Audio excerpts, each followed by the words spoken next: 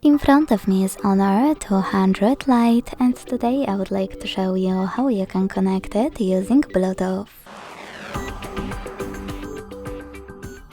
Begin by opening Settings and tapping on Bluetooth. Then click on this switcher to activate it and just wait for available devices to show. When they do, click on the one that you wish to connect to.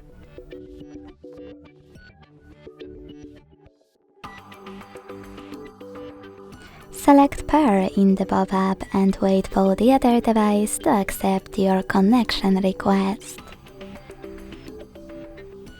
As you can see, my devices were successfully connected. To disconnect them, use this gear next to your device and tap on Unpair.